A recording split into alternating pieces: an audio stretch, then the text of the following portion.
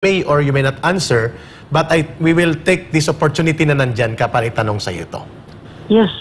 Ang national security interests and national security policy on security matters related to drug operations, law enforcement, ay nakasalang dito sa Morales Pedialix revelations. Kaya mo inimbestigahan. But kalat na rin, sir, sa internet at sa social media, ang isang napaka-questionabling illegal na operation. May tape recording, may video ng extraction involving intelligence service of the armed forces of the Philippines. Sa Turkey ginawa. Private individuals ang involved at ang nagdidirihe ng operation, including ang mga command line, ay ang First Lady. At ito'y mga 2 buwan ng kumakalat, Senator Bato. We do not know kung ito ba'y mahuhulog sa komitiba mo. At kung hindi ito, sigurado check, hindi ito pakikialaman ng Kongreso doon kina Martin Romualdez. Kasi alam natin kung ano ang purpose nila, rubber stamp ang operation doon, pang cover up sila sa mga kapalpakan ng administrasyon. That's the truth. Now, mas matindi po ito, sir. Kung mamarapatin po ninyo, Senator Bato, I know nakaabot na ito sa inyo, na ginagamit ang ISAF for extraction operation sa foreign country na ka-diplomatic relation natin, and then ang nagdidirihe, hindi presidente. First Lady without any accountability or any authority in power. Senator Bato, can this be not included in the next investigation that will be seriously undertaken by the Senate through your facilitation, kung hindi man sa komitiba ninyo, because this is a serious national security interest of the people? Titingnan natin, Eric. I will consider that. I will really seriously consider that. Pero kailangan muna natin yung mga recordings or what the hell, hindi ko pa nakita yan. Yes, sir. Titingnan natin. But when you said na through First Lady, we have to settle the fact that we have to admit the fact that the First Lady is not a member of the chain of command. Correct. Hindi ito siya pwede mag-direct, mag-command ng any member of the armed forces of the Philippines. Lalong-lalo na kung operations ay outside of our jurisdiction. Yun po ang klaro po yan na dapat hindi po tayo mag-take ng orders from unauthorized orders not coming from the chain of command. Correct, klaro, sir. And ma'am, there is no denial, sir. We don't want to put you on the spotlight. There is no denial, but rather deafening silence on the existence of recordings in video pertaining to the involvement of First Lady Araneta Marcos, and the President himself is not speaking out, not even the Chief of Staff and the Chief of ISAF of the Armed Forces. Nakakabahala po ito, Senator Bato. But again, we do not want to put you in the spotlight as if kontrabida ka na ngayon. But this is, sabi mo, the price of truth. If it will be coming out in the open, so be it. Thank you, sir. Well, hindi po, we should hold the leadership of the armed forces of the Philippines accountable to all their actions. Ito ay actions na ginawa ng kanilang mga operatiba na nagbibigay ng instructions is not a member of the chain of command. Correct. Ng armed forces. Ano nangyayari sa ating armed forces ngayon? Akala ko professional tayo. They are only taking orders from the chain of command. No. Claro, sir. Thank you. Senator, you said that Lisa Araneta Marcos is not in the chain of command. No, but is she above the law? Yun. No. Good question. No. Everyone, kahit ng presidente. Yes. Nobody's above the law. Nobody's above the law. Senator, kasi this past 2 years of the Bongbong Marcos administration, parang hindi na maliwanag yun eh. So gusto lang namin marinig sa isang senator na pinagkakatiwalaan ng bayan. Is this still true? That nobody is above the law? Not even the First Lady nor the President? Nobody is above the law. Nobody. Not even the First Lady, not even the President. Thank you. To this day. Yes. To this day. At sana, the same holds true sa pag-iisip ng lahat ng law enforcement agencies at lahat ng membro ng criminal justice system ng ating bansa, that nobody is above the law.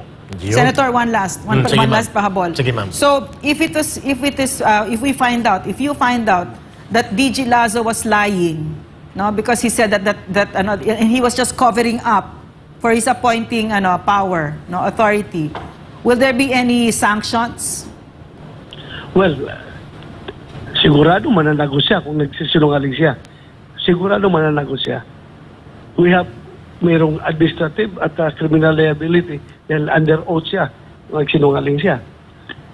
Ayun, sir. Thank you. We're trying to retrieve files na kumakalat na, but because of the time limitations, maybe we will set an interview again to you. At tama ang binanggit mo, you are going to try to evaluate muna itong mga sensitive na mga revelations before we come out into a proper action from the Senate. Yes, Erica, pasensya na po kasi. Noted, sir. Lalong-lalo sa mga kasamahan natin, lalong-lalo na yung mga nasa social media. Pag meron silang pinapalabas na sensitive tapos gusto lang pa-aksyonan kaagad, sinisisi kaagad tayo na hindi kumikilos. Tama. Kaya hindi ba natin alam yan? Hindi po na trabaho ng senador na magsige, palo sa mga posting ninyo dyan sa Facebook kung anong pinagpo-post nyo dyan. Hindi po yan trabaho ng senador. Yan. Ang dami namin trabaho. Tapos ngayon, kung hindi kumikilos, galit na naman kaagad kayo na hindi inaksyonan. Anak ng baka, dapat kung meron kayong ganong hindi ba kayo Diyos na sinasamba ko, na sinusundan ko, na kung anong sinasabi nyo, naniniwala ko, anong ginagawa nyo, sinusundan ko. Tama. Hindi po. Mayroon po akong trabaho bilang senador. Kaya kung meron kayong mga ganong klase ng ebidensya, bigyan nyo ako. Huwag kayo sira na sira. Si Bato walang ginagawa. Nakabakasyon ang Senado. Paano kung magkakanda kang hearing? Bakasyon ang Senado. Yes, klaro, sir. And because of that, sir, at least naipaliwanag ninyo that this is not yet the end of the investigation and you are standing on the ground to ferret out the truth no matter what the price may be. Maraming salamat, Senator Bato. Your final word. One super last. Sir, totoo ba na that there was pressure applied on you so that Jojo Morales would not be allowed to speak in public? Nothing. There's no pressure okay. at all. Okay. There's no pressure at all. Yes, okay. sir. Thank you. Sir, your final word to this interview, and definitely we will utang nyo ng panahon again, no matter how busy the schedule maybe you have. Sir, your final message to the Filipino people sa napakasensitibong mga bagay na hinahandle mo ngayon sa Senate investigation.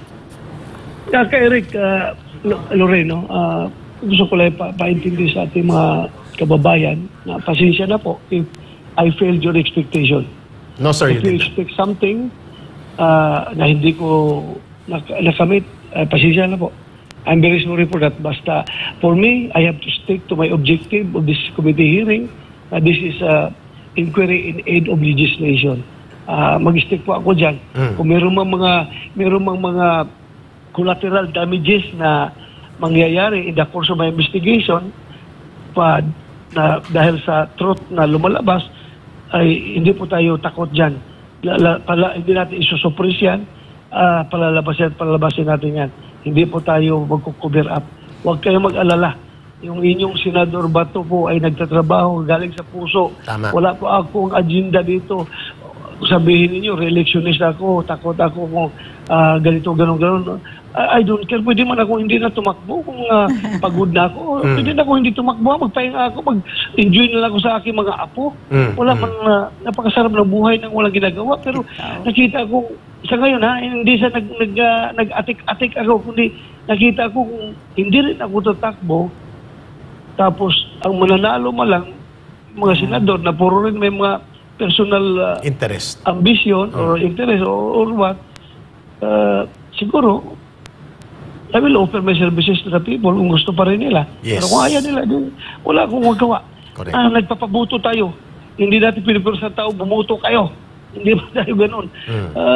Ganun lang tayo. Ayaw niyo, huwag. Kung gusto niyo, salamat. Yes. Ganun lang po tayo, Eric. Klaro, sir. Sir, may pahabol, very, very brief. Is Maricel Soriano invited in the next schedule?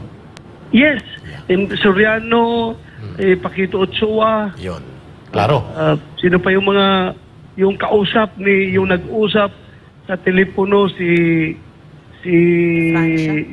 Francia. Si Francia. Agent Francia na team leader ni Morales. Na kinausap siya nag-usap sila bago magkaroon ng hearing na sinabihan daw si Morales na i-delay natin ito At yung isang kausap na nakasama doon ay ating Yes. tatanungin doon sa hearing. Maraming salamat, Senator Bato de la Rosa, for a very principled, very brave stand to defend the interests of the people, of truth, and para sa malinis at matinong pamumuno sa pamahalaan, Yeah. binibigyan mo ng daan ang Senate hearing Oo, na ito. tsaka Senator, Salamat. we Thank you sa inyo. Thank you, we ha? deeply appreciate your act of courage for our country. Thank you. Mag-ingat po kayo, sir. Salamat. Thank you, Lorraine. At kay Eric. Yes. Salamat. Utang ulit ng oras next time na interview. Yes, sir. Wonderful. Mga kababayan, narinig ninyo ang side ni Senator Bato de la Rosa, now the whistleblower, another man of the